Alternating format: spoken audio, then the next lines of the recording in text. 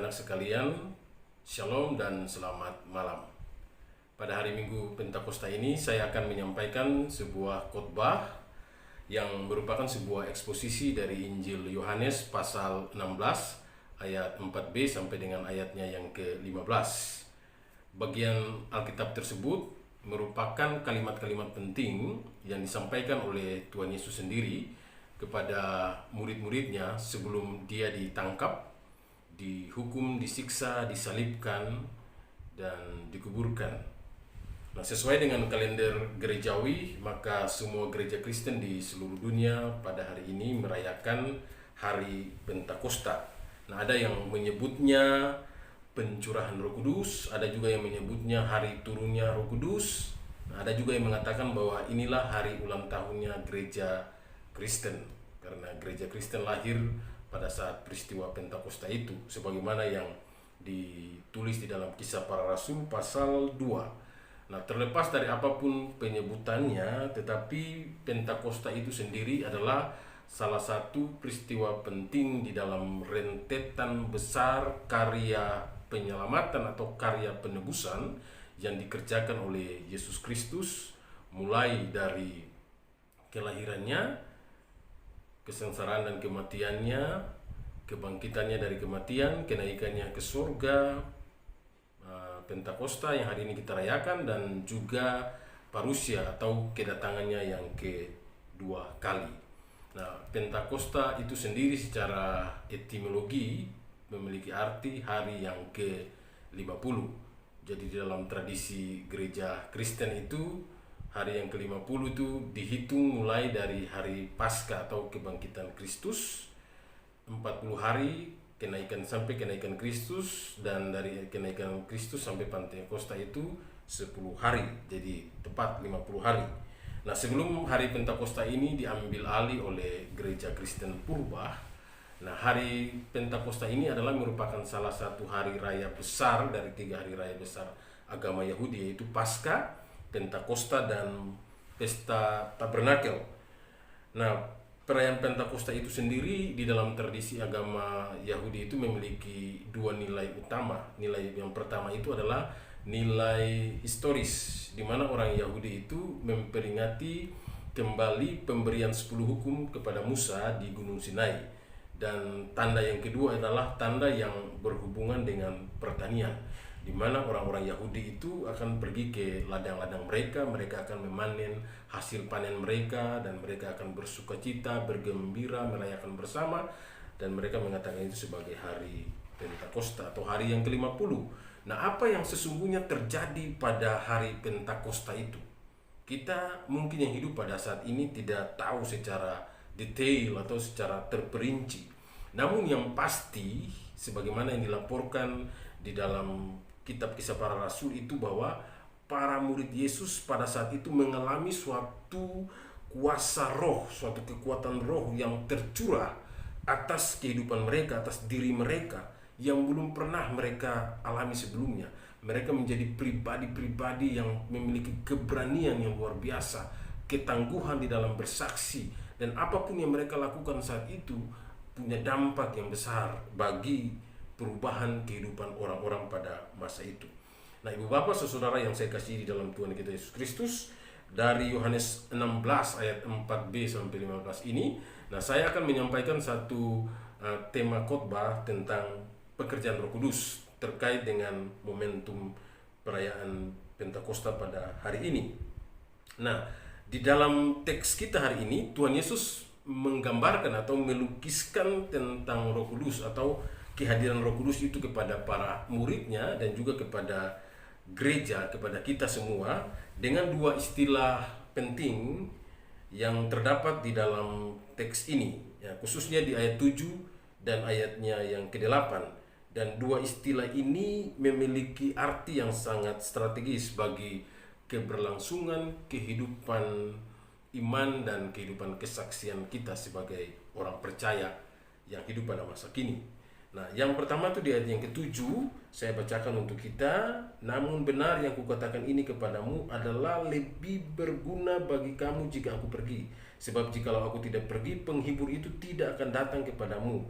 Tetapi jikalau aku pergi, aku akan mengutus dia kepadamu. Ada kata penghibur di situ, diambil dari kata Yunani, karena Alkitab Perjanjian Baru ditulis dalam bahasa Yunani, parakletos, dari dua istilah, para di samping dan kaleo, memanggil, seseorang yang dipanggil untuk mendampingi seseorang atau mendampingi kita.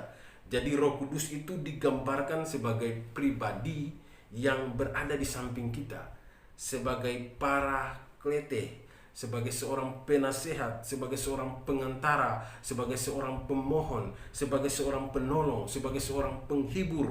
Dan Roh Kudus itu dari Allah. Roh Kudus itu adalah Allah. Roh Kudus itu adalah pribadi ketiga dari Allah Tritunggal.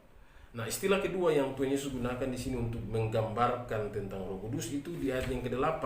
Dan kalau ia datang, ia akan menginsafkan dunia akan dosa, kebenaran, dan penghakiman. Kata yang digunakan itu adalah elecho, yang punya pengertian menginsafkan atau meyakinkan. Dan ini ada hubungannya dengan meyakinkan dunia akan dosa, akan kebenaran, dan akan penghakiman. Nah, dari kedua istilah ini, parakletos dan juga eleko ini, yang terdapat dalam dua ayat tersebut, 7 dan 8, nah kita mendapatkan penjelasan atau informasi terkait dengan pekerjaan Roh Kudus yang disampaikan oleh Tuhan Yesus sendiri kepada kita. Nah, saya akan menyampaikan 3 pekerjaan Roh Kudus sebagaimana yang terdapat di dalam teks bacaan kita pada hari ini. Nah, yang pertama, Roh Kudus akan menginsafkan manusia akan dosa. Akan dosa karena mereka tetap tidak percaya kepadaku. Mengapa penting Roh Kudus untuk perkara ini? Nah, Bapak Ibu yang saya kasihi di dalam Tuhan kita Yesus Kristus, ketika orang-orang Yahudi yang di dalamnya termasuk para imam, orang-orang Farisi, orang-orang Saduki yang menyalibkan Yesus, juga orang-orang Romawi pada saat itu, tentara-tentara Romawi yang saat itu juga ikut menyalibkan Yesus, mereka tidak percaya bahwa mereka sedang berdosa. Mereka sedang melakukan kejahatan yang besar. Mereka justru percaya bahwa mereka sedang melayani Allah. Mereka sedang melakukan sesuatu yang luar biasa. Akan tetapi apa yang terjadi ketika Petrus berkhotbah pada saat peristiwa Pentakosta itu? Ketika Petrus menjelaskan secara ulang kembali narasi penyaliban Yesus itu, cerita tentang penyaliban itu kepada orang banyak yang saat itu mendengar di dalam khotbahnya yang berapi-api itu, kemudian yang terjadi dengan orang-orang pada saat itu adalah hati mereka menjadi sangat tersentuh, hati mereka menjadi sangat terharu. Dalam Kisah 2 ayat 37 ya, kalau kita baca, mereka sekonyong-konyong menjadi sangat insaf, sangat sadar bahwa penyaliban itu adalah kejahatan besar di dalam sejarah yang telah mereka lakukan, dan bahwa dosa mereka lah yang menyebabkan Yesus disalibkan. Apa yang dapat membuat mereka memiliki kesadaran itu? Apakah khotbah Petrus itu informasi atau penjelasan atau cerita-cerita Petrus yang disampaikan dengan kalimat-kalimat yang baik tentang penyaliban itu di dalam khotbah itu? Tidak, tetapi yang membuat mereka insaf itu karena Roh Kudus. Nah, ada suatu cerita di sebuah desa di India ketika film The Passion of Christ itu diputar. Dan tiba-tiba ada seorang ibu berlari ke depan, menangis dan berteriak, minta untuk didoakan, minta untuk dilayani. Dia berkata bahwa tokoh yang ada di sana itu adalah sesungguhnya dirinya. Akulah yang harus dihukum di sana. Akulah yang harus sebenarnya disalibkan di sana. Bukan tokoh itu. Akulah, dialah yang menggantikan aku. Bagaimana si wanita di desa India yang tidak pernah memiliki Alkitab, yang tidak pernah memiliki cerita tentang penyaliban Yesus itu yang dia dengar dari masa kecilnya, kok bisa dia melihat bahwa Yesus mati untuk dia? Apa yang menyadarkan dia akan hal itu? Apa yang menyadarkan dia tentang dosa-dosanya? Apakah karena film itu? Tidak.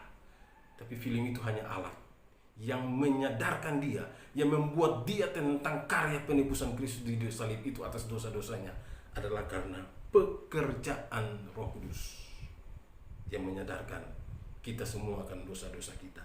Itu yang pertama. Kemudian yang kedua, yang kita dapatkan juga di dalam teks ini tentang pekerjaan Roh Kudus. Di dalam ayatnya yang ke-10, akan kebenaran karena aku akan pergi kepada Bapa dan kamu tidak melihat aku lagi. Roh Kudus akan meyakinkan orang tentang kebenaran. Nah, ini menjadi jelas bagi kita. Apa artinya bila kita melihat bahwa itulah kebenaran Yesus Kristus yang akan meyakinkan orang. Nah, saya mau mengajak Bapak Ibu untuk berpikir seperti ini. Nah, Yesus telah dinyatakan bersalah oleh pengadilan Yahudi pada saat itu, pengadilan Romawi saat itu. Dia telah dipandang sebagai orang Yahudi, sebagai seorang penyesat yang berbuat jahat. Dan di mata orang-orang Romawi, dia adalah tokoh yang berbahaya. Dia telah diberi hukuman yang harus diderita oleh penjahat yang terburuk, dicap sebagai penjahat dan musuh Allah. Tapi apa yang terjadi kemudian? Apa yang bisa mengubah semua persepsi pandangan orang tentang tokoh itu, tentang Yesus itu? Apa yang membuat orang melihat anak Allah di dalam tokoh yang tersalib itu? Apa yang membuat orang bisa melihat bahwa tokoh yang tersalib itu adalah seseorang yang benar? Adalah amat mengherankan bahwa orang yang menaruh kepercayaan mengenai hal-hal tentang Yesus sebagai penghujat Yahudi yang tersalib ini kemudian berubah pandangan mereka, berubah perspektif mereka bahwa Yesus adalah anak Allah yang benar, Mesias, anak Allah yang hidup. Itu karena pekerjaan Roh Kudus. Dialah yang meyakinkan orang tentang Kristus, didukung oleh kenyataan bahwa Yesus bangkit di antara orang mati dan pergi kepada Bapa. Itu semua karena Roh Kudus. Dan yang ketiga yang bisa kita lihat juga dari teks ini tentang pekerjaan Roh Kudus adalah di ayatnya yang ke-11, akan penghakiman karena penguasa dunia ini telah dihukum. Roh Kudus meyakinkan orang tentang penghukuman. Ini pekerjaan yang ketiga dari Roh Kudus. Di salib kejahatan itu terhukum dan dikalahkan. Apakah yang membuat orang merasa pasti bahwa penghukuman akan datang?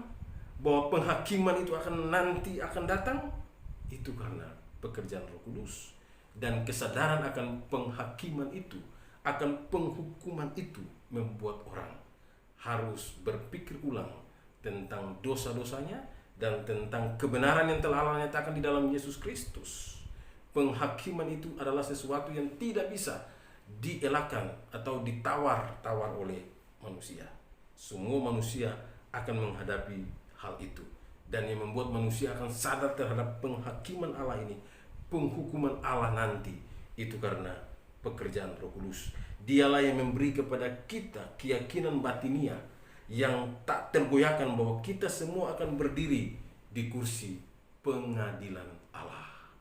Nah, ini 3 pekerjaan Roh Kudus yang sangat penting, yang mengapa harus kita sebagai orang percaya memahaminya. Supaya di dalam panggilan kita sebagai orang percaya, kita bersyukur karena kita sudah menerima karya penebusan Kristus itu. Tapi ketika kita dipanggil untuk menyaksikan itu kepada orang lain, bahwa kita tidak sendiri dalam melaksanakan tugas ini. Roh Kudus itu adalah dinamisator. Roh Kudus itu adalah Allah sendiri pribadi yang akan menolong kita dan yang akan membuat orang lain akan insaf dosa-dosa mereka, akan kebenaran dan juga akan penghakiman. Untuk itu, mari kita memuji Tuhan, kita bersyukur kepada Allah karena Dia telah memberikan Roh Kudus untuk menolong kita, mendampingi kita, menguatkan kita, menghibur kita, dan memberikan kita kesanggupan dalam bersaksi. Tuhan memberkati kita. Amin.